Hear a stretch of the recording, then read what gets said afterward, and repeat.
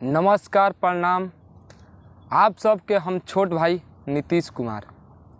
तो दोस्तों, आज बताओ तनी कि खेसारी भैया के एगो मूवी के ट्रेलर रिलीज होके वाला बा 14 अगस्त के, जौन मूवी के नाम हो लाडला 2।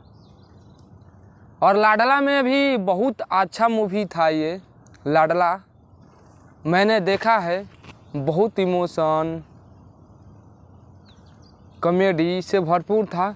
और आने वाले समय में लाडला 2 किस तरह का मूवी है और आप लोग ट्रेलर से पता कर सकते हैं थोड़ा बहुत।